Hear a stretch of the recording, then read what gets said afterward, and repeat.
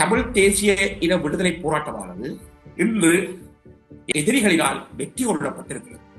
50களில் ஈழத்தமிழர்கள் மத்தியில் ஒரு பிழையான மிகவும் அறிவறுக்க தகுந்த ஒரு கலாச்சாரம் இருந்தது. இப்பொழுது கேளுங்கள், உடைத்துக் கொண்டு போன முதல் அதற்கு ஆப்பு வைத்த முதலாவது நபராக சுமந்திரன் உண்டு. நான் மறக்கவே மாட்டேன். டிஎன்ஏ உடைத்தீர்கள், இப்பொழுது தமிழரசு கட்சியை உடைத்து வைத்திருக்கிறீர்கள். கேச விட்டுறப்பட்டதோ நான் பாவி, நான் பெரும்பாவி, நான் மிக பெரும்பாவி. ஸ்ரீதரன் அணிக்கு தைரியம் இருந்திருந்தால் சுமந்திரனை துரத்தி இருக்க முடியும். நாட்டின் ரோட்டில் 500 பேரை கொண்டு போய் ஊர்வலம் நடத்தி இருந்தால் சுமந்திரனை துரத்தி இருக்க முடியும். ஆனால் ஸ்ரீதரன் பல குற்றச்சாட்டுக்குள்ளாகி இருக்கிறார். ஸ்ரீதரனுக்கு தான் சொல்வேன், எப்படி உங்களுடைய நலன்களுக்காக எங்கள் மக்கள் நலன்களை நீங்கள் விற்பீங்கள்? எப்படி எங்கள் மக்கள் நலன்களுக்காக நீங்கள் உங்களை முன்னுதாரணப்படுத்த தவறுவீங்கள்? ஸ்விஸ் பெர்ன் மாநகரம் ஹூட்வில் நகரில் உங்களுக்கான கனவு இல்ல அபார்ட்மெண்ட் காத்துக் கொண்டிருக்கிறது. அழையுங்கள். அரசியலில் நகர்த்தப்படும் காய்கள், திரைமறைவில் நடக்கும் ரகசிய பீரங்கள், உலகத் தமிழர் அறிந்தேயாக வேண்டிய உண்மைகளை தேடி ஒரு உடறுப்பு.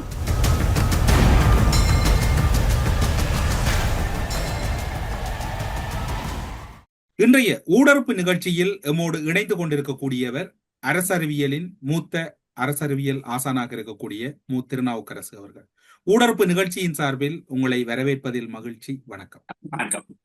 பல வினாக்கள் நடைமுறை நாட்களில் தமிழ் தேசிய இனம் தன்னுடைய தேசிய தன்மையிலிருந்து உருமறைப்பு செய்யப்படுகின்றதா அல்லது ஒட்டுமொத்தமாக அழிக்கப்படுகின்ற ஆபத்தை நோக்கி சதி கோட்பாடுகள் பின்னப்பட்டிருக்கிறதா என்கின்ற சந்தேகம் தமிழ் தேசிய பரப்பிலும் தமிழீழ மக்கள் மத்தியிலும் அதிகரித்துள்ளதை நீங்களும் அறிந்திருப்பீர்கள். அந்த அடிப்படையில் சர்வதேச அரசியல், பூகோள அரசியலுக்கு அப்பால் தமிழ் தேசிய இனம் தன்னுடைய தேசிய இனத்துக்குரிய முழுமையான நிலையிலிருந்து தன்னை மறைத்துக் கொள்வதற்காக சில ஏவலாளிகள் அல்லது சில ஒற்றர்கள் சதிக்காட்பாடுகளோடு தமிழ் தேசிய இனத்துக்குள் களமிறக்கப்பட்டிருக்கிறார்கள் என்பதை நீங்கள் ஏற்கிறீர்களா, நிராகரிக்கிறீர்களா அல்லது ஆமோதிக்கிறீர்கள்? தமிழ் தேசிய இனம் இன்று பெருமளவு சிதைவுக்கும் சீரழிவுக்கும் உள்ளாகி இருக்கிறது.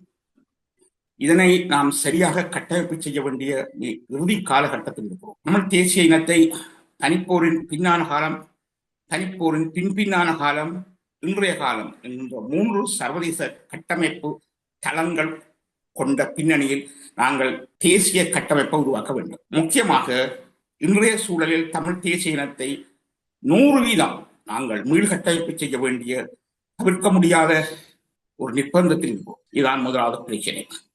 முதலாவது ஒரு அரசியல் சித்தாந்தத்தை நாங்கள் புரிந்து கொள்ள வேண்டும். தமிழ் தேசிய இன விடுதலை போராட்டமானது இன்று எதிரிகளினால் வெற்றி கொள்ளப்பட்டிருக்கிறது. ஆனால் நாங்கள் இதனை மீறி வெற்றி கொள்ள முடியும். எவ்வாறு வெற்றி கொள்ளப்பட்டிருக்கிறது என்றால், ஒரு தத்துவார்த்த ரீதியில் ஒரு வாக்கியம் சொல்வார். அதாவது ரெவல்யூஷன் கவுண்டர் ரெவல்யூஷனைஸ்ட், புரட்சிகரமான பின்னடைவை சந்தித்திருக்கிறது. கவுண்டர் ரெவல்யூஷன் ரெவல்யூஷனைஸ்ட், புரட்சிகர வளர்ச்சி அடைந்திருக்கு. அதாவது புரட்சிகரமாக பின்னடைவை கண்டிருக்கிறது, எதிர்ப்புரட்சி ஒரு புரட்சிகர வளர்ச்சி அடைந்திருக்கிறது. இது ஒரு தெளிவான நிலைமை. இப்போது நாங்கள், அதாவது நீங்கள் மிக இலகுவாக பார்க்கக்கூடிய இடம் என்று சொன்னால், தமிழரசு கட்சியினுடைய ஆரம்பத்தோடு உருவான சமஷ்டி கோரிக்கை 49ஆம் ஆண்டு உருவான அந்த கோரிக்கையில் இருந்து போராட்டத்தை நீங்கள் நீட்டிக்கொண்டு வந்தீங்களாக இருந்தால், இப்போது அந்த பின்பக்கமாக போயுள்ளது, பெரும் சேவைகளுக்கு உள்ளாக இருக்கிறது. அதே வேளையில் எதிரியுடைய வளர்ச்சி புவியியல் ரீதியாக எதிரி பாரிய வளர்ச்சி அடைந்திருக்கிறார். தமிழ் பிரதேசங்களை கைப்பற்றி தன் கட்டுப்பாட்டுகள் வைத்திருக்கிறார். இராணுவத்தை பெரிதாக வளர்த்திருக்கிறார். ஒரு முக்கியமான இலவாத புள்ளிவட்டத்தை சொல்லலாம். 79ஆம் ஆண்டு பயங்கரவாத தடை சட்டம் கொண்டு வரப்பட்ட பொழுது இலங்கை இராணுவத்திற்கு இராணுவ தலைமை தளபதியாக இருந்தவர் ஒரு பிரிகேடியர் தான். ஒரு பிரிகேடியரின் கீழ் ஆகக்கூடியது 10,000 படையினர். ஆனால் ஒரு பிரிகேடியில் நடைமுறையில் 8,000 படையினரே இருந்தார். எனவே 79ஆம் ஆண்டு பயங்கரவாத தடை சட்டம் கொண்டு வரப்பட்ட காலத்தில் இலங்கையில் 8,000 இராணுவத்தினரே இருந்தார்கள். சரி, ஒரு பிரிகேடியர் தான் இராணுவ தலைமை தளபதியாக இருந்தார். இப்போது இலங்கையில் 3,46,000 படையினர். இரண்டாவது ஃபீல்ட் மார்ஷல் என்கின்ற அதி உயர் பட்டம், அதாவது ஒரு அந்நிய நாட்டுடன் அது ஒரு கூட்டுப்படையுடன் பல நாடுகள் சேர்ந்த கூட்டுப்படையுடன் யுத்தம் புரிந்து வெற்றி பெற்றவருக்கு தான் வரலாற்றில் எப்பொழுதுமே இத்தகைய பட்டங்களை, அதாவது சரத் பொன்சேகாக்கு வழங்கப்பட்ட போன்ற ஃபீல்ட் மார்ஷல் பட்டங்கள் வழங்கப்பட முடியும். ஆனால் இன்று அவர் இலங்கை ஒரு ஃபீல்ட் மார்ஷலை கொண்டிருக்கிறது. அவர் அதற்கு கீழ் இலங்கையுடைய படை கட்டமைப்பு இருக்கிறது.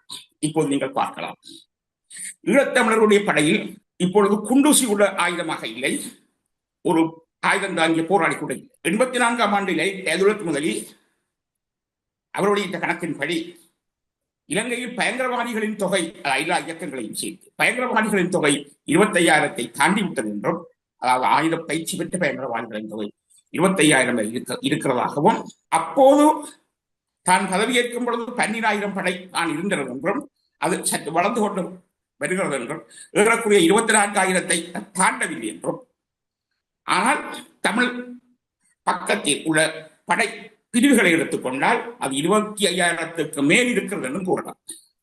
சரி, சுமாராக நாங்கள் ஒரு கணக்கு பெறுவோம், பேலன்ஸ்டாகவே இல்லை என்று வைத்துக் கொள்வோம்.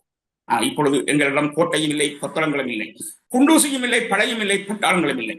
எதிரிடம் கோட்டை, கொத்தளம், படை, பட்டாளம், வெளிநாட்டு அரண், வெளியிலிருந்து வரக்கூடிய இராணுவ உபகரணங்கள், நிபுணர்களின் ஒத்துழைப்பு, ஆலோசனைகள், இப்படி எதிர்ப்புரட்சிகர வளர்ச்சி அடைந்திருக்கிறார். ஆனால் நாங்கள் கீழே போய் போராட்டம் அடியொற்றத்துக்கு போயுள்ளது. இது ஒரு நிலைமை. இந்த நிலைமையின் கீழ் தான் கோரிக்கைகளும் கீழே போயுள்ளன. அதாவது சமஷ்டியிலிருந்து அப்படியே வந்து தேஞ்சி வந்து ஒரு கட்டத்தில் சமஷ்டி போய் தந்தை செல்வாவுடைய காலத்திலேயே அவரே பிராந்திய சபை என்று 3 பிராந்திய சபைகளுக்கு வந்து அவரே பண்டார நாயக்கா போடும், அவரே பிறகு டட்டிசல் நாயக்காவோடு 7 மாவட்ட சபைகள் வந்து பிறகு அமிர்தலிங்கத்தோட மாவட்ட அபிவிருத்தி சபை என்று வந்து பிறகு தமிழில் வந்து உயர்ந்தது. இதுதான் சோகமான ஒரு உண்மை இருக்கிறது. பலரும் இதுவரை நாங்கள் சொல்ல தவறுகிற உண்மை இருக்கிறது. தமிழீழ கோரிக்கை வந்துகொண்ட தீர்மானத்தின் கீழ் பிரகடனப்படுத்தப்பட்டு 77ஆம் ஆண்டு பொது தேர்தல் நடந்து மக்கள் ஆணையை அது பெற்றது. தமிழீழத்துக்கான தனி அரசு அமைப்பதற்கான வறுமையை மக்கள் ஆணையை பெறவில்லை. தமிழர்களுக்கு ஆன ஒரு இடைக்கால அரசாங்கத்தை, தமிழகத்துக்கான இடைக்கால அரசாங்கத்தை பெறுவோம் என்று தேர்தல் விஞ்ஞாபனத்தில் திட்டவட்டமாக கூறும். தேர்தல் முடிந்தது. அப்பொழுது அவர் சொன்ன உதாரணம் சின்ஃபை உதாரணம். தேர்தல் முடிந்த பின்பு எப்படி அவர்கள் ஒரு இடைக்கால அரசாங்கத்தை போராடுகிறார்களோ, உருவாக்குகிறார்களோ, அதாவது ஐரிஷ் போராட்டம், அப்படி இங்கே நாங்களும் போராடுவோம் என்று தமிழர் விடுதலை கூட்டணி கூறியது. ஆனால் அவ்வாறு கூறிய தமிழர் விடுதலை கூட்டணியும் தமிழ் தலைமைகள், நான் ஒரு கட்சியையோ நபர்களையோ முக்கியத்துவப்படுத்தவில்லை, ஒரு நடைமுறையை தான் பேசுகிறேன். நான் ஹிஸ்டாரிக்கல் டெவலப்மெண்ட் பற்றி தான் பேசுகிறேன். அதாவது நாங்கள் இங்கே வந்து கருத்து ரீதியான கட்டமைப்பு ரீதியான விடயங்களை பற்றி பேசுவோம், நபர்களை பற்றி பேசுவதற்கு அப்பால். சரி, இப்படி மக்களாணையை பெற்ற பின்பு 80ஆம் ஆண்டு மாவட்ட அபிவிருத்தி சபைக்கு தமிழ் அரசு கட்சியும் தமிழ் காங்கிரசும் சேர்ந்த TLF போறோம். அதங்களோட தேர்தலுக்கும் நின்றார். அப்ப பெறப்பட்ட அந்த ஆணையை கூட மீறி ஒரு அரசியல் நிலை போனது. இப்படி ஒரு சீரழிவுக்கு போனோம். இந்த சீரழிவின் பின்னணியில் இப்பொழுது நீங்கள் கூறுகின்ற இந்த கன்ஸ்பிரசி தியரி இப்பொழுது நடைமுறையில் உள்ளது. நீங்க உள்ளதா என்று கேட்டால் 100% உள்ளது என்றுதான் சொல்வேன். இது பல்பரிமாணத்தோடு இருக்கிறது. இவற்றை இட்டு நீங்கள் என்னோட மிகவும் விரிவாகவும் ஓப்பனாகவும் வெளிப்படையாகவும் கேள்விகள் நான் மிகுந்த பொறுப்புணர்வோடு உங்களுக்கு சொல்வேன்.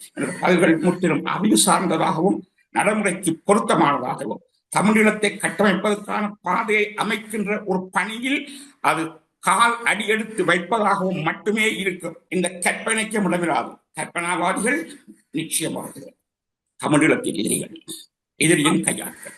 நீங்கள் இப்போது குறிப்பிட்டீர்கள், மாவட்ட சபையோடு அன்று சமஷ்டியாக ஆரம்பித்த தமிழரசு கட்சி மாவட்ட சபையோடு நின்று விட்டதாக கூறினீர்கள். உங்களுக்கு தெரியும், தமிழ் பொது வேட்பாளரை ஜனாதிபதி தேர்தலில் களமிறக்கிய போது ஒருவர் போட்டியிடலாம், அது எந்த அளவுக்கு சாத்தியம், ஒரு பெரும் வேட்பாளரை நோக்கித்தானே ஆதரவு கரம் நீட்ட வேண்டும் என்கின்ற புது வியாக்கியானத்தையும் கொடுத்தவர் சுமந்திரன். அதன் பின்னர் பார்த்தீர்கள் என்றால் எக்கியராட்சி என்கின்ற அந்த புதிய அரசியல் அமைப்பு தொடர்பில் இன்று வரைக்கும் விடாப்பிடியாக நின்று அனைத்து கட்சிகள் மற்றும் சிவில் சமூகங்கள் ஒன்று சேர்ந்து கடந்த வாரம் ஒரு கலந்துரையாடல் நடத்திய போதும் கூட பிடிவாதத்தோடு அதற்கு செல்லாமல் நான் ஐக்கியராட்சி என்பது அது ஒரு சமஷ்டி கூறுகளோடு இருக்கக்கூடிய ஒரு கூற்றாகத்தான் அவர் இன்று வரையும் நிறுவிக் கொண்டிருக்கின்றார். இங்குதான் சந்தேகம் வலுக்கின்றது.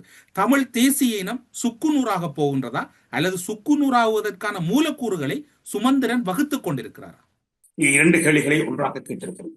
இரண்டுக்கும் தனித்தனியாகத்தான் சொல்லப்பட்டேன். முதலாவது, இங்கு நீங்கள் சதி இருக்கிறதா, சதி கோட்பாடு இருக்கிறதா என்று ஒரு கேள்வி கேட்கிறீர்கள். இப்படி நடக்கின்ற நடைமுறை எங்களுக்குள்ளே விடப்போகிறது என்று கேட்கிறீர்கள். நான் இரண்டுக்குமே சொல்றேன். வரலாற்றில் ஒரு ஷாப்பான உதாரணம் இருக்கிறது. இந்திய தேசிய விடுதலை போராட்டத்தை ஆரம்பித்தது இந்திய தேசிய தலைவர்கள் கிடையாது. இந்தியாவில் ஆயுத போராட்டம் எழுந்து பிரித்தானிய அரசாங்கத்துக்கு, அதாவது பிரிட்டிஷ் கவர்மெண்ட் இந்தியாவில் ஸ்தம்பிதத்தை ஏற்படுத்திவிடும் என்ற அச்சத்தின் பின்னணியில் அங்கு ஒரு அகிம்ச ரீதியான போராட்டத்தை உருவாக்கி தலைவர்களை திசை திருப்ப வேண்டும் என்கின்ற ஒரு சதி ஆலோசனையின்படி பிரித்தானியா ஹியூம் என்கின்ற ஒருவரை, தனது நபரையே இந்திய தேசிய காங்கிரஸை அமைக்க அனுப்பியது.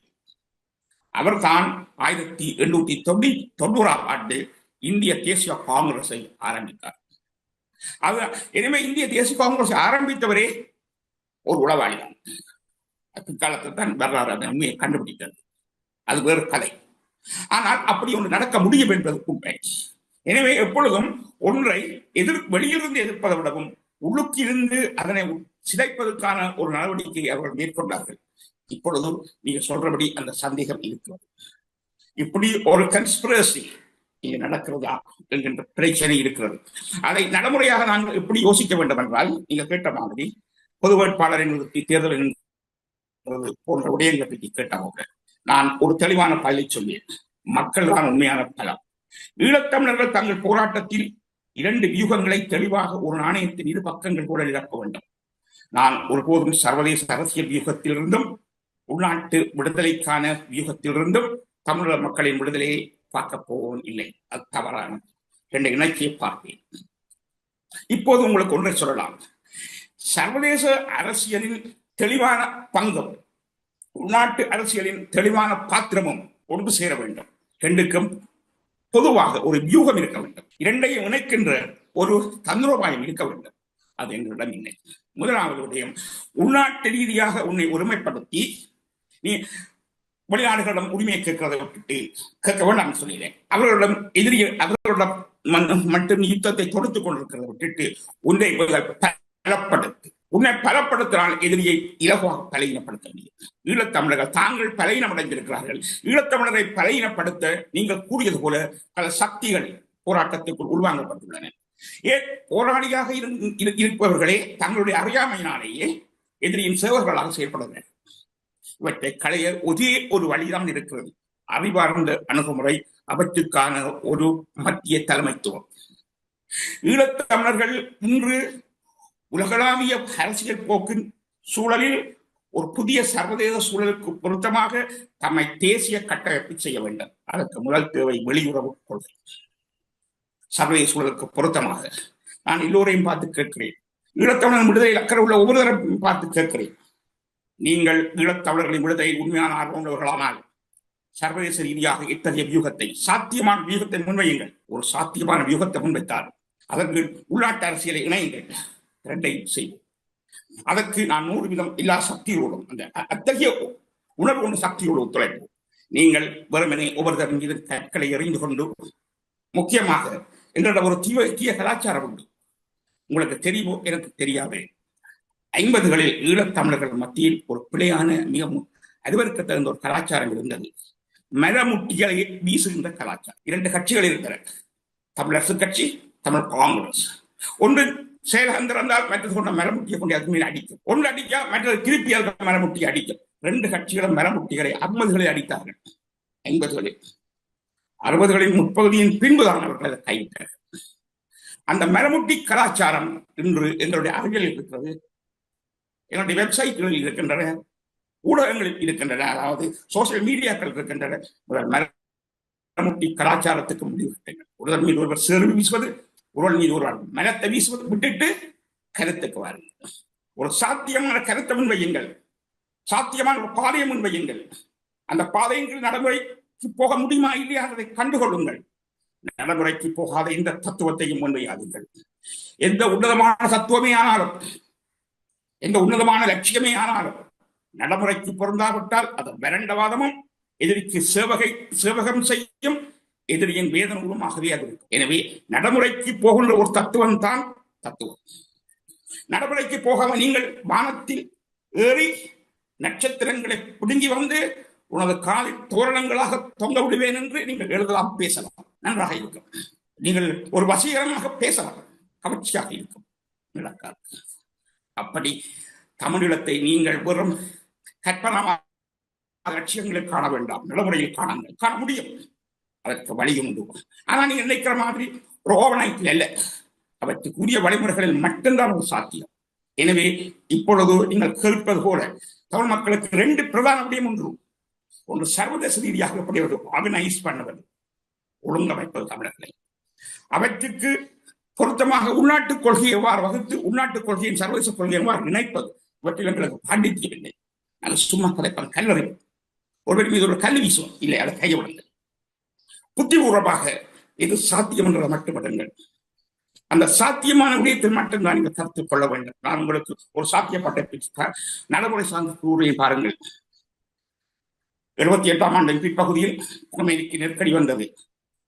கொமேனி 14 15 ஆண்டுகள் வரை அவர் வெளிநாடுகளை தஞ்சம் கொண்டு வாழ்ந்தார். கடைசியாக புரட்சியில் இருந்து கொண்டிருந்த கடைசி 5 மாதங்கள் முக்கியமான மாதங்கள். அந்த முக்கியமான மாதங்களில் அவர் எங்கு போய் தஞ்சமடைந்திருந்தார் என்பதை கேளுங்கள், பாருங்கள், புரிந்து கொள்ளுங்கள். அமெரிக்காவுக்கு எதிராகவும் அமெரிக்காவினுடைய கையாள் என்று சொல்லப்படுகின்ற ஷா மன்னனுக்கு எதிராகவும் தான் கொமேனி புரட்சியை செய்தார். அப்போது அவர் மேற்குலகத்துக்கு எதிராகவும் வெள்ளையின ஆதிக்கத்துக்கு எதிராகவும் புரட்சியை செய்தார். அந்த புரட்சியை அவர் செய்த பொழுது பிரான்சில் தளமிட்டிருந்தார். பிரான்ஸ் ஒரு நேட்டோ நாடு, ஒரு அமெரிக்க சார்பு நாடு, அமெரிக்காவின் மிக நெருக்கிய நண்பர் நாடு. பிரான்சின் தலையில் கொமேனியை பாதுகாப்பு பொறுப்பு ஒப்படைக்கப்பட்டது. ஒரு இஸ்லாமிய நாட்டில் கொமேனி கொல்லப்படலாம், ஒரு இஸ்லாமிய குழுவினால். ஆனால் பிரான்சில் அவரை பாதுகாக்க வேண்டிய பொறுப்பு பிரெஞ்சு அரசாங்கத்துக்கு இருந்தது. அதை அவர் பாதுகாத்தார். 4 மாதங்கள் மிக கடுமையான காலத்தில் கொமேனி போராட்டத்தின் மிக உன்னதமான காலம் கடைசி 4 மாதங்கள். அந்த 4 மாதங்களும் அனைத்து மீடியாக்களையும், உள்நாட்டு வெளிநாட்டு சர்வதேச மீடியாக்களை ஒருங்கிணைத்தார். அவருடைய மீடியாவும் ஒருங்கிணைத்தவையும் தெளிவாக நாங்கள் கருத்தில் கொள்ள வேண்டும். அவர் மீடியாக்களை ஒருங்கிணைத்தவையும் அவர் வழங்கிய பேட்டிகளும் தான் ஈரானிய புரட்சியின் முதுகெலும்பாயின் ஆசானாயின் இறுதி கட்டத்தில் செயல்பட்டது. அப்போது ஈரானின் ஒரு வார்த்தை தத்துவமாக இருந்தது. அது பின்பு ஆப்பிரிக்காவில் நடந்தது. ஒரு குரல், ஒரு வார்த்தை, கொமைனி கொமைனி கொமைனி. கொமேனி என்றால் அமெரிக்க எதிர்ப்பு, ஷா எதிர்ப்பு, வெள்ளைய எதிர்ப்பு, ஈரானிய விடுதலை, ஈரானிய புரட்சி. இந்த கொமேனி என்ற சொல்லுக்குள் இவ்வளவு நடக்கிறாங்க. இதே போலதான் ஆப்பிரிக்காவிலும் சவுத் ஆப்பிரிக்காவிலும் மண்டைலா இப்போது மண்டைலா மூச்சு விட முடியாமல் 26 ஆண்டுகள் சிறையில் இருக்கிறார். அவரை ஒரு கண்டார் கூட காண இல்லை. மண்டைலா ஒரு மந்திரை சொல்லாக மாறி இருந்த போது மண்டைலா கருங்கற்களை உடைக்கும் ஒரு சிறை கைதியாக இருந்தார். ஆனால் ஒவ்வொரு கருங்கல் உடைப்பையும் ஆழமாக அவருடைய பெயர் புரட்சியை, விடுதலையை முன்னெடுத்தது, கொமேனியை முன்னெடுத்தது. ஆனால் கொமேனியிடம் கேட்டுக்கொள்ளக்கூடிய பாடம் கொண்டிருக்கிறது. எதிரியின் பாசறையில் அவர் தன்னை வளர்த்து பாதுகாத்து புரட்சியை சாத்தியமாக்கினார். இதனை புரிந்து கொள்ள கொஞ்சம் மண்டைக்கு அறிவு வேணும். இது சாத்தியமாக்குறது யதார்த்தம் பற்றி சிந்தனை வேணும். கொமேனியை கொல்ல பிரான்ஸ் அனுமதித்தால் வெள்ளைகளுக்கு எதிராக அரபுலகம் மட்டுமல்ல, இஸ்லாமிய உலகம் மட்டுமல்ல, உலகில் ஜனநாயகம், 3ஆம் உலக நாடு அனைத்துமே மேற்குலகத்துக்கு எதிராக சிந்திக்கும்.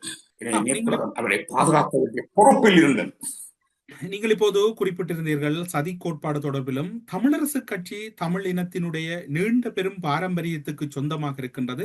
இப்போது அது 75 ஆண்டுகள் ஒரு பெரும் வரலாற்றை கடந்திருக்கின்றது என்றெல்லாம் கூறினீர்கள். இப்போது சதி கோட்பாட்டில் அண்மைய நாட்களில் எழுந்திருக்கக்கூடிய சந்தேகம் வெளிப்படையாக பேச வேண்டும். இப்போது தாயகத்தில் இருக்கக்கூடிய சிவில் சமூக செயற்பாட்டாளர்கள் அல்லது அரசியல் விமர்சகர்கள் யாரை எடுத்துக்கொண்டாலும் அங்கு அவர்கள் பொடி வைத்து பேசுகின்ற ஒரு சூழல் இருக்கின்றது.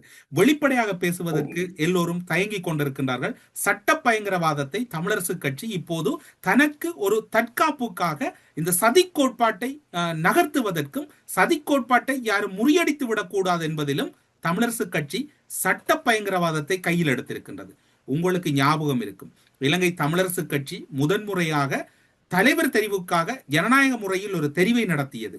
அந்த தெரிவில் தெரிவு செய்யப்பட்ட தலைவர் தெரிவு செய்யப்படாமல் முடக்கப்படுகிறார்.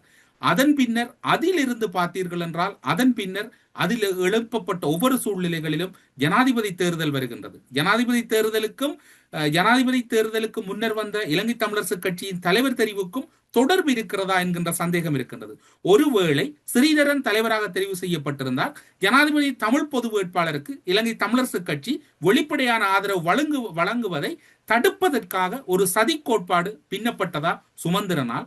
அதன் பின்னர் அதனுடைய முழுமையான பொறுப்பையும் அல்லது அதனுடைய முழுமையான அதிகாரத்தையும் சுமந்திரன் கைப்பற்றுகின்றார். ஜனாதிபதி தேர்தல் வருகின்ற போது சஜித் பிரேமதாசாவை இலங்கை தமிழரசு கட்சி ஆதரிக்கும் என்கின்ற ஒருதலை பட்சமான ஒரு முடிவினை கட்சிக்குள் ஜனநாயக மறுப்போடு மேற்கொள்ளுகின்றார். அதன் தொடர்ச்சியாக அதன் பின்னர் வந்த நாடாளுமன்ற தேர்தலில் தேசிய மக்கள் சக்தி NBP யாழ் மாவட்டத்தில் வெல்வதற்கும் சுமந்திரன் ஒரு களம் அமைத்தாரா அல்லது அதுவும் ஒரு சதி கோட்பாடா என்று எண்ண தோன்றுகின்றது. 8 பேரை தன் சார்பு வேட்பாளர்களையும் அறிவு சார்ந்தவர்கள், புத்திஜீவிகள், சமூகத்தில் இருக்கக்கூடிய சமூக மட்ட தலைவர்கள் யாரையும் உள்வாங்காமல் தன்னோடு முன்னுக்கும் பின்னுக்கும் தெரிந்தவர்களை வேட்பாளராக்குகின்றார். அங்கு தமிழரசு கட்சி படுதோல்வி அடைகின்றது. அதிலும் சதி கோட்பாடு இருக்கின்றதா? அதன் பின்னர் பார்த்தீர்கள் என்றால் பதில் செயலாளராக இருந்தவர் பதவி விலகுகின்றார் நோய்வாய் காரணமாக. அந்த பதில் செயலாளரை தான் பொறுப்பேற்றுக் கொண்டு இப்போது தான் செயலாளர் என்று கட்சியையும் தமிழ் மக்களினுடைய ஒட்டுமொத்த உணர்வுகளையும் கட்டுப்படுத்தக்கூடிய அல்லது திசை மாறுகின்ற அல்லது இனத்துக்கு முரணான செயற்பாடுகளை முன்னெடுக்கின்ற ஒட்டுமொத்த சதி கோட்பாடுகளையும் பின்னக்கூடிய சதியின் சூத்திரதாரியாக சுமந்திரன் இருக்கின்றார். நல்லது. நான் இதை இன்னும் சற்று பிறந்த அடித்தளத்துக்கு கொள்வோம். கேட்டுக்களை அனைத்துக்கு நான் பதில் சொல்கிறோம். முதலாவது, ஈழத்தமிழருடைய அரசியலில் நீண்ட காலமாக தலைமைத்துவத்தை பொறுத்தவரையில் எங்களுடைய சூழல், குறிப்பாக மொழிவாய்க்காலுக்கு பின்பு உள்ள உலக அரசியல், உள்நாட்டு அரசியலில் தமிழ் தேசியத்துக்கான ஒரு சித்தாந்தம், ஒரு கொள்கை, ஒரு அறிவியல் பார்வை வேண்டும். அது இல்லை. அது வந்துவிடக்கூடாது என்பதில் எதிரியை விட எம்மவர்களோடு இருக்கக்கூடியவர்கள், எதிரிக்கு சேவகம் செய்யக்கூடியவர்கள் தெளிவாக சதி கோட்பாடை பின்னுகிறார்களா? நீங்க சொல்றது சரி. ஆனால் அதை விட முக்கியமான ஒன்று இருக்கிறது. தமிழரசு கட்சி ஒரு சில தலைவர்களுடைய குறைகள் உண்டு என்பது நீங்க சொல்வது என்ற சந்தேகமும் இல்லை. இங்கு நான் உங்களுக்கு ஒரு தெளிவான ஒரு பிக்சரை போட போகிறேன். குறிப்பாக முள்ளிவாய்க்கால் யுத்தத்தின் பின்பு நமக்கு நிறைய பாடங்களும் படிப்பினைகளும் கிடைத்தன. அதாவது நாங்கள் அடைந்தது மாபெரும் தோல்வி. தியாகத்தின் அளவு இமயமென இருந்தது, தோல்வியின் அளவு அதள பாதாளம் என இருந்தது. இப்படி தோல்விக்கும் தியாகத்திற்கும் இடையில் இட்டு நிரப்ப முடியாத இடைவெளி இருந்தது. இது முதலாவது இடம். இதன் பின்பு நாங்கள் கன விடயங்களை நாங்கள் பெற்றிருக்க வேண்டும். அதாவது எங்களுக்கு கிடைத்த தோல்வியின் அளவு பெரிதே ஆனாலும் தோல்வியின் அளவை விடவும் எங்களுக்கு கிடைத்த அனுபவத்தின் அளவு பெரிது. வினோதமான படிப்பினைகள் எங்களுக்கு கிடைத்தன, அனுபவங்கள் கிடைத்தன. அந்த அனுபவங்களை நாங்கள் ஒரு படிப்பினையாக பெற தவறிவிட்டோம். அனுபவங்களிலிருந்து பாடங்களை பெற தவறிவிட்டோம். ஆனால் இழப்பின் அளவை விடவும் தியாகத்தின் அளவை விடவும் அனுபவத்தின் அளவுகளுக்கு பெரிது கிடைக்கிறது. அந்த பெரிய அனுபவத்திலிருந்து நாங்கள் படிப்பினைகளை, பாடங்களை கற்றுக்கொள்ளவில்லை. அதனால் நாங்கள் எங்களுடைய அறிவு அப்படியே கீழே போயிட்டது. போராட்டத்தில் நாங்கள் களத்தில் தோல்வியடைந்தமை பிசிக்கலாக ஏற்பட்ட தோல்விகள் மட்டுமல்ல, அழிவுகள் மட்டுமல்ல, மென்டலாக, அது கருத்தியல் ரீதியாக, எண்ணத்தின் ரீதியாக, மனப்பான் ரீதியாக, பண்பாட்டு ரீதியாக. பண்பாடுன்றது நாங்கள் கலை கலாச்சாரம் சொல்ல வரீங்க. மனதில் ஒரு செழிப்பான பல ஆயிரக்கணக்கான ஆண்டுகால பண்பாட்டினுடைய செழுமை எங்கள்கிட்ட இல்லை. அதாவது தோல்வி அடைந்தவர்கள், அரசியலில் மக்களால் நிராகரிக்கப்பட்டவர்கள் கொஞ்சம் கௌரவமாக அரசியல் ஒதுங்கத்தானே வேணும். இது ஒரு மிக சிறிய பண்பாடு, மிக சிறிய விஷயம். வெற்றியை காட்ட முடியாதவர்கள், களத்தில் நின்று கொண்டு கூரையிலேறி கோழி பிடிக்க முடியாதவர்கள் வானத்திலேறி வைகுண்டம் காட்ட போகிறார்கள். அதில் அவர்களுக்கு கண்டு இயல்பான பண்பாடுகள். அவர்கள் அதை செய்ய தவறிய போது அவர்கள் மட்டும் குற்றவாளிகள் என்று சொல்லிக் கொண்டிருக்காமல் தமிழரசு கட்சியினுடைய இளைஞர் அணி, தமிழரசு கட்சியினுடைய உறுப்பினர்கள், தமிழரசு கட்சிக்கு ஆதரவளிக்கும் மக்கள் இவ்வளவு பங்கு உண்டுதானே? இது காங்கிரசுக்கு உண்டுதானே? காங்கிரஸ் கட்சிக்குள்ள இங்குதானே முரண் இருக்கின்றது. சட்ட பயங்கரவாதத்தை கையில் எடுத்துக்கொண்டு சட்ட பயங்கரவாதம் ஒரு புறம், மற்றும் ஒரு புறம் கேள்வி கேட்பவர்கள் ஜனநாயக மறுப்பை செய்ய, அதாவது ஜனநாயக முறையில் தலைவர் தெரிவை நடத்த வேண்டும் என்று சம்பந்தன் வேண்டாம் என்ற போது கூட பிடிவாதம் இருக்கின்றார் சுமந்திரன்.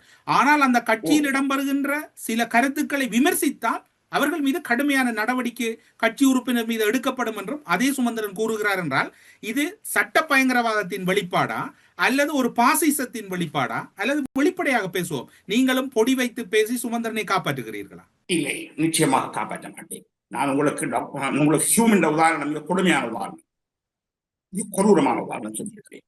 எதிரி அனுப்பினால் தான் ஹியூம். இந்த உதாரணத்திலிருந்து நீங்கள் அதிக பாடங்களை கற்றுக் கொள்ளுங்கள். எங்களுடைய அரசியலில் ஒரு பொலிட்டிக்கல் வேண்டலிசம் வளர்ந்து விட்டது. அரசியல் நாசகார சக்திகள் வளர்ந்து விட்டார்கள். அரசியல் நாசகாரம் தலைவிரித்து ஆடுகிறது. பாருங்கள், ஒரு டிஎன்ஏ பல துண்டாக உடைந்தது. அங்கே ஒரு பொலிட்டிக்கல் வேண்டலிசம் வந்தது. இந்த வேண்டலிசத்துக்கு நான் ஒருவரையும் பாதுகாக்க மாட்டேன். நான் பேர்களை தவிர்த்து நான் அதிகம் கண்ணியமாக இந்த பிரச்சனைகள் கருத்தை மட்டும் முன்னெடுக்கலாம் என்று வருகிற பொழுது, இந்த கேள்வி கேட்கிற பொழுது நான் அவற்றை மறைக்கிறேன் என்ற இந்த கெட்ட பேருக்கு நான் போகவில்லை. எனவே நான் உங்களை பதில் சொல்லுவேன் என்ற நான் பதில் சொல்லத்தான் போறேன். அதன்படி முதல் டிஎன்ஏ உடைத்ததில் முதலாவது பங்கை சுமந்திரன் வைத்தார். அது ஒரு வேண்டலிசம். அதன்படி அந்த டிஎன்ஏ இருந்து கையேந்திரகுமார் வெளியேறியது மாபெரும் தவறு. அவர் அதை உடைத்தார். நான் கையேந்திரகுமாரோடு 1.5 மணித்தியாலம் போனில் பேசினேன். வெளியேறியது தவறு என்று. அவரை நான் சந்தித்து 4.5 மணித்தியாலம் சென்னையில் பேசியிருக்கிறேன். வெளியேறியிருக்க கூடாது என்று சொன்னேன். இனிமேல் நீங்கள் ஒன்றுபட்டு செயல்படுங்கள் என்று கூறுவேன். அதன் பின்பு அவர்கள் ஊர்வலம் போனார்கள். அவங்க அந்த காலகட்டங்களில் எல்லாம் அவர்கள் தமிழ் மக்கள் பேரவையை உருவாக்கினார்கள். அது சரியானது, அவற்றை முன்னெடுப்போம் என்று சொன்னேன். அவற்றை முன்னெடுக்குமாறு நான் கையெழுத்துமாறு வேண்டிக் கொண்டேன். நான் ஒன்றும் உங்களுக்கு நான் இதுவரை காலம் ஆங்காங்கே பேசியதை உங்களுக்கு சபையில் சொல்கிறேன். சொல்ல வேண்டிய காலம் வரும்பொழுது சொல்கிறேன். எனவே நான் கையேந்திரகுமாரை கட்டித்தலைவி, அவரும் என்னை கட்டித்தலைவி, நாங்கள் ஒன்றுபட்டு செயல்படுவோம், மக்கள் போராட்டத்தை கொண்டு வருவோம் என்று சொன்னேன். ஒரு கட்டத்தில் டிஎன்ஏ உடைந்து விட்டது. சரி, இனி அதை ஆக்க முடியாது. வெளியேறி விட்டீங்க, இனி அதை ஆக்க முடியாது, இனியும் உடைக்க வேண்டாம். சரி, ஒரு தமிழ் மக்கள் பேரவை கூடாக ஒரு மக்கள் போராட்டத்தை நடாத்துவோம் என்று சொன்னோம். சரி, உங்களுக்கு வரலாற்றில் நாங்கள் எடுத்து வைத்த முதலாவது அடியை நீங்கள் பாருங்கள். உன்னதமான அடியை எங்கள் மக்கள் எடுத்து வைத்திருக்கிறார்கள். முதல் முறை இலங்கையின் வரலாற்றில் பகிஷ்கரிப்பை யாழ்ப்பாண வாலிப காங்கிரஸ் 1931ஆம் ஆண்டு எடுத்து வைத்தது. அதான் இலங்கையின் முதலாவது தேர்தல் பகிஷ்கரிப்பு. வெற்றி தோல்வி அது பற்றிய அனாலிசிஸ் மறுபக்கம் இருக்கட்டும். மக்கள் புரட்சிக்கு தயாராக இருந்தார். அதே போல முள்ளிவாய்க்காலுக்கு பின்பு இறுக்கமான இராணுவ இரும்பு பிடிக்குள் மக்கள் போராட களத்துக்கு வந்தார். தமிழ் மக்கள் பேரவை நடத்திய அந்த ஊர்வலம் வெற்றி பெற்றது. எப்படி உழைச்சிங்க அவர்களே? அதே வழக்கு இல்லை. அப்படியே இருக்கட்டும், அப்படியே இருக்கட்டும். இதனோட தொடர்ச்சி ஒன்று சொல்லிட்டு, இந்த அடியில் இருந்துதான் அறகலைய வந்தது. தமிழர்கள் இப்படி ஆயுதத்தால் போராடியவர்கள் ஆயுத போராட்டம் தோல்வியடைந்த பின்பு தங்களுடைய உரிமைக்காக தெருவில் இறங்கி போராடுகின்ற ஒரு சக்தியை பிரம்மாண்டமான இராணுவத்துக்கு எதிராக, மக்களை கொண்டு குவித்த இராணுவத்துக்கு எதிராக போராட, அந்த இராணுவத்துக்கு முன் போராட வந்தார்கள். இதன் பின்னணியில் தான் அறகலைய கொழும்பில் தன் அரங்கத்தை உருவாக்கியது. இந்த இரண்டாவது உதாரணம். இன்னொரு உதாரணத்தை நீங்கள் பாருங்கள். இலங்கையில் ஆயுத போராட்டத்தினுடைய தாயகம் தமிழ் மண் தான். 60களின் மத்தியிலும் அதை சற்று பின்னோக்கியும் தீண்டாமை ஒழிப்புக்கு எதிராக ஆயுதம் தாங்கி போராடினார்கள். அந்த தீண்டாமை சாதி பிரச்சனை தீரையிலே அதை தீர்க்க வேண்டிய பொறுப்புகளுக்கு பெரிதாக இருக்கு. ஆனால் தீண்டாமை ஒழிப்பு என்கின்ற ஒன்று ஓரளவு கண்ணியமாக நடந்திருக்கிறது. அந்த ஆயுத போராட்டம் தான் காரணம். அந்த ஆயுத போராட்டத்தில் சண்முகதாசன் ஈடுபட்டதின் பேரால் அவர் சீரசார்பு கம்யூனிஸ்ட். அந்த கட்சியின் இளைஞரணி தலைவராக இருந்தவர் தான் ரோகண விஜயவீர. அவர் சொன்னார், இவன் தமிழன், தமிழருக்கு ஆயுத போராட்டத்தை நடத்துறான், சிங்களவருக்கு நடத்துறான் இல்லை, என்னை இவனை விட்டு போட்டு நாங்கள் ஏஇபி என்ற அமைப்பை உருவாக்கி எங்களுக்கு ராணுவ போராட்டத்தை நடத்துவோம் சொன்னேன். எனவே ரோகண விஜயவீரன் ராணுவ போராட்டத்தினுடைய கரு அடித்தளம் யாழ்ப்பாணத்தில் எழுந்த தீண்டாமைக்கு எதிராக உருவான அந்த சாதி எதிர்ப்பு ஆயுத போராட்டம் தான். அது முக்கியமான உதாரணம். எனவே நாங்கள் இந்த மண்ணில் இந்த தென்னாசியாவில் அதிகம் புரட்சிகரமான எண்ணங்களையும் சிந்தனைகளையும் கொண்ட மக்கள் இங்கிருந்துதான் அறகலைய கருவம் உருவானது. அறகலைய வெற்றி பெற்றிருக்கிறது. இப்பொழுது கேளுங்கள், உடைத்துக் கொண்டு போன அதற்கு ஆப்பு வைத்த முதலாவது நபராக சுமந்திரன் உண்டு. நான் மறக்கவே மாட்டேன். ஆனால் நான் யாருங்க பேசுறது போல சுமந்திரன் திட்ட பேச அந்த அசிங்கமானதுக்கு போக மாட்டேன். நான் கௌரவமாக கருத்தைத்தான் சொல்றேன். நான் சுமந்திரனிடம் ஒரு வேண்டுகோள் விடுகிறேன். உங்கள் தோல்வியை ஒப்புக்கொண்டு நீங்கள் ஒரு கிறிஸ்தவன் பாவ மன்னிப்பு கேளுங்கள். எங்களோட மக்களுக்காக இவ்வளவு இழப்புக்காக நீங்கள் கண்ணீர் சிந்துங்கள். இவற்றுக்காக தமிழரசு கட்சியை உடைத்தது தவறு என்று சொல்லுங்கள். தேதியை உடைத்தீர்கள், இப்பொழுது தமிழரசு கட்சியை உடைத்து வைத்திருக்கிறீர்கள். ஒட்டுங்கள், கேச விட்ரோ பண்ணுங்க. எந்த எதிரிக்கு எதிராக போராடுவீங்களோ அந்த எதிரியை கொண்டு போய் நீங்க வழக்க போட்டு வச்சு கட்சியை ஸ்தம்பித்து வச்சிருக்கீங்க. அதை அடியோட கைவிடுங்க. நீங்கள் போராட முன்வந்தால் உங்களுடைய பாவ மன்னிப்பு கோட்பாட்டின்படி, அதாவது கிறிஸ்தவத்தில் பாவ மன்னிப்பு கோட்பாடு இப்படி இருக்கு: குல்ப மிய குல்ப மிய குல்ப, நான் பாவி, நான் பெரும்பாவி, நான் மிக பெரும்பாவி. இந்த பாவத்துக்காக நீங்கள் ஆண்டவரிடம் வேண்டுவது போல தமிழ் மக்களிடம் வேண்டுங்கள். பாவம் செய்து விட்டோம் என்று நான் என்னை மன்னிக்கவும். இந்த உதாரணத்தை பிழையாக எடுத்துக் கொள்ளக்கூடாது, என்ன அணுகுமுறைகள் பிழையாக எடுத்துக்கொள்ளும்.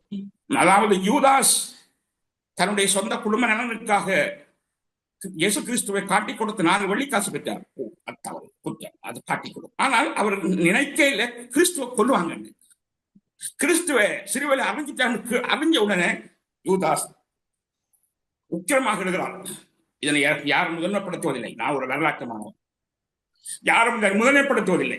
இழந்து போய் கயபஸ், அவர்தான் யூதமத தலைவன், அவரிடம் போய் இந்த வெள்ளிக்காசை கொடுக்கிறார். இந்த பிளட் மணி எனக்கு வேண்டாம். அந்த வெள்ளிக்காசை கயபஸ் வாங்க மறுத்த பொழுது யூதாஸ் கயபஸினுடைய முகத்தில் சுழட்டி எறிஞ்சிட்டு வாரேன். இதோட யூதாஸ் விட இல்லை, தான் கிறிஸ்துவனுடைய மரணத்துக்கு தானே காரணம், அழிவு காரணம் என்று நினைத்து வந்து கயபஸிடம் காசை சுழட்டி எறிந்து விட்டு தூக்கு போட்டு தற்கொலை செய்து கொண்டார். இந்த தற்கொலை பாவ மன்னிப்பு, இதோட பெரிய பாவ மன்னிப்பு கிறிஸ்தவத்தில் யாருமே கேட்டிருக்க முடியாது. யூதாஸ் அந்த பாவ மன்னிப்பை கேட்டவர். நான் உங்களையும் அன்பாகவும் கண்ணியமாகவும் மதிப்பாகவும் கேட்கிறேன். நான் உங்களை பேசல, நான் உங்களை தூசிப்பதின் தொழில் கேட்கிறேன். நீங்கள் கௌரவமாக உங்கள் தோல்வியை ஒப்புக்கொண்டு விலை செல்லுங்கள். அதே போல தமிழக கட்சியில் 2ஆக பிரிந்திருக்கிறது ஸ்ரீதரன் அணி. ஸ்ரீதரன் அணிக்கு தைரியம் இருந்திருந்தால் சுமந்திரனை துரத்தி இருக்க முடியும். மார்ட்டின் ரோட்டை ஒரு 500 பேரை கொண்டு போய் ஊர்வலம் நடத்தி இருந்தால் சுமந்திரனை துரத்தி இருக்க முடியும். ஆனால் ஸ்ரீதரனும் பல குற்றச்சாட்டுக்குள்ளாகி இருக்கிறார். எனவே தமிழக கட்சிக்குள் நான் ஸ்ரீதரன் அந்த பாதையை நிச்சயம் ஏற்கவில்லை. நான் இருக்கும் இடத்தில் வந்து சந்தித்து நான் தவறுகளை சொல்லியிருந்தேன். நான் அவரிடம் நான் இப்ப கண்ணியமா தான் பேசுறேன். ஒரு ஒழிப்பு மறைப்பும் இல்லை. நேரடியாக போராட வேண்டும் என்று சொன்னேன். மக்களுக்கு உண்மையாக இருக்க வேண்டும் என்று சொன்னேன். தேசியத்தை முன்னெடுக்க வேண்டும் என்று சொன்னேன். நீங்கள் தேசியத்தை முன்னெடுக்க உங்களுக்கு நான் ஆதரவு என்று சொன்னேன். அப்போ சொன்ன பொழுது தமிழ்நாட்டில் ஒரு பெண்மணி இருக்கிறார், ஒரு மதிப்பு பெண்மணி, அவன் பக்கத்திலே